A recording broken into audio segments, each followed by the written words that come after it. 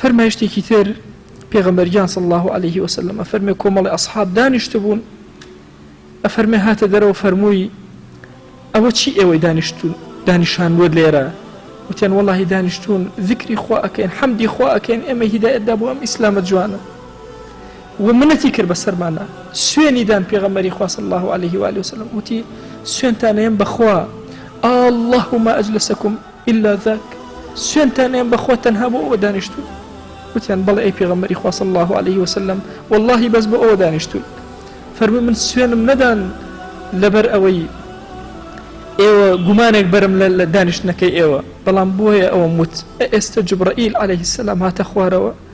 وتی ئەم چەند کەسەی کە دانیشتون خوا جەل جەلاله شانازیان پێوە ئەکە بۆ ئەوە والله هەر مەجلیسێکی ذکر تیایە دائەنیشین بڕوا بکەن ئەبێتە مای شانازیێکی زۆر گەورە يباهي بهم أملاكه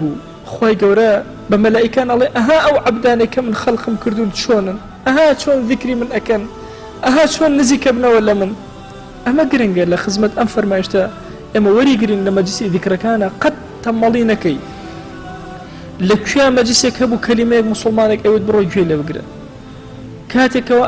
ئێستا مەجلیسی ذکرەکان هاتووەتە ناو ماڵەکانمان کەناڵەکەت ئەگۆڕی تەنها مەیخرە سەر ئیخبار تەنها مەیخرە سەر سیاسەتی درۆ بزانە لە کوێ موسڵمانێک دوو کەلیمە خێر ئەڵێ گوێ لێ بگرە سوودی لێ وەرگرە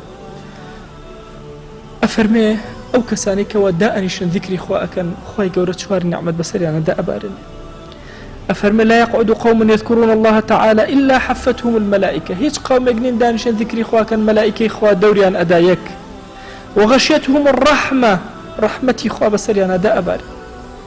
بەخوا جاری وایە ئینسان بۆ یەک چرکەی ڕەحمەت چەندین دوعا ئەکا بەری ناکەوێت دەوەر لە مەجلیسێکی ذیکرا دانیشە بە ئەو چرکانەی ڕەحمەت بەسەرتا دابارێ قەتەرات و نمەی ڕەحمەت بەسەرتا دابارێ سێهەم